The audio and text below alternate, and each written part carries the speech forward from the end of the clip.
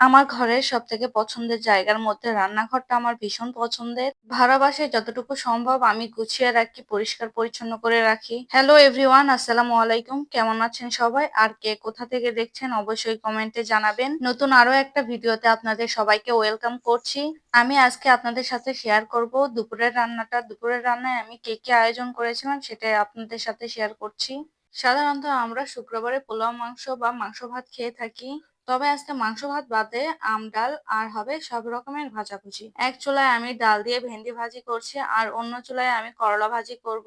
আমার জামাই করলা ভাজি খেতে খুবই পছন্দ করে। আমার জামাই আমায় করলা ভাজি খাওয়ানোর অনেক চেষ্টা করে, কিন্তু করলা ভাজি খাওয়াতে সে সফল হয় না, কারণ আমি করলা ভাজি বা করলা খেতে আমি একদমই পছন্দ করি না।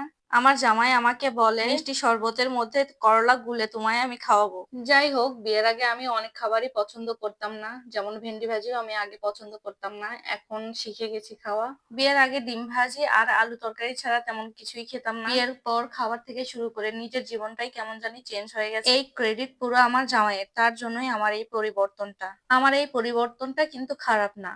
সে আমায় বুঝিয়ে দিয়েছে সবুজ শাকসবজি থেকে শুরু করে মাছ মাংস প্রত্যেকটা খাবারই শরীরের জন্য খুবই উপকারী। কিন্তু করলা আমার পক্ষে খাওয়া সম্ভব না, আমি করলা খেতে পারবো না। কিন্তু আমি বিয়ের পর ভাবতেও পারিনি রান্নাঘরটা আমার শখের জিনিস হয়ে যাবে আর রান্না করাটা আমার হবি হয়ে যাবে। আমি রান্না করতে খুবই পছন্দ করি।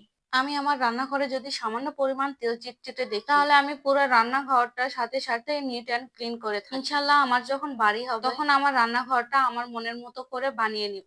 আমার রান্নাঘরে প্রচুর স্পেস থাকবে আর থাকবে খোলামেলা একটা রান্নাঘর, যাতে আলো বাতাস ঢুকতে কোনো সমস্যা না হয়। যাই হোক, আমার ভেন্ডি ভাজি আর করলা ভাজি করা শেষ। এখন আমি এক চুলায় বসিয়ে দিয়েছি ডাল আর অন্য চুলায় বসিয়ে দিয়েছি পটল ভাজি। পটল ভাজি আমার খুবই পছন্দের, আর কাঁচা আমের সিজন চলছে আর ডাল বানাবো না তা কি কখনো হয়? আজকে আমি যতগুলা রেসিপি করছি সবগুলো আমার জামাইয়ের পছন্দ। সে ডাল পছন্দ করে, ভেন্ডি ভাজি খেতে পছন্দ করে, করলা ভাজি খেতে পছন্দ করে। এরকম খাবার খেতে কে কে পছন্দ করেন অবশ্যই কমেন্টে কিন্তু জানিয়ে যাবেন।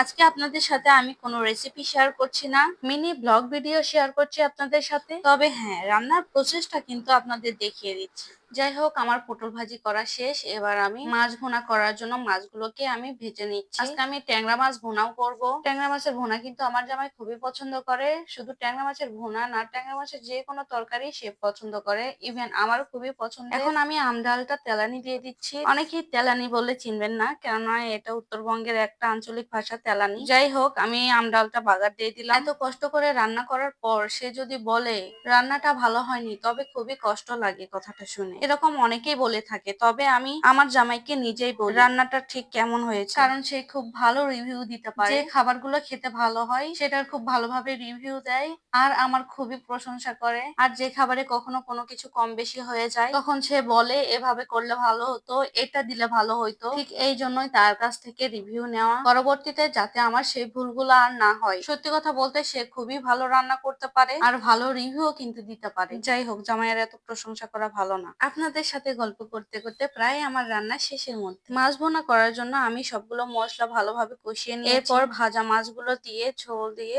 বলক তুলে ব্যাস রেডি হয়ে গেল আমার ট্যাংরা মাছের ভুনা। অনেকেই হয়তো জিজ্ঞেস করবেন শেষে আপনি কি মশলা ইউজ করবেন। এজন্য আমি আগেই বলে দিচ্ছি, এটা রাঁধুনি পাতার গুঁড়া। এই পাতাটা আমি রোদে শুকিয়ে ব্লেন্ডারে ব্লেন্ড করে নিয়েছি। ব্যাস, শুক্রবারে দুপুরে খাবার আমার রেডি। আজকের ভিডিও এই পর্যন্ত। এতক্ষণ আমার পাশে থাকার জন্য আপনাদের অসংখ্য ধন্যবাদ। ভালো থাকবেন সবাই। আল্লাহ হাফেজ।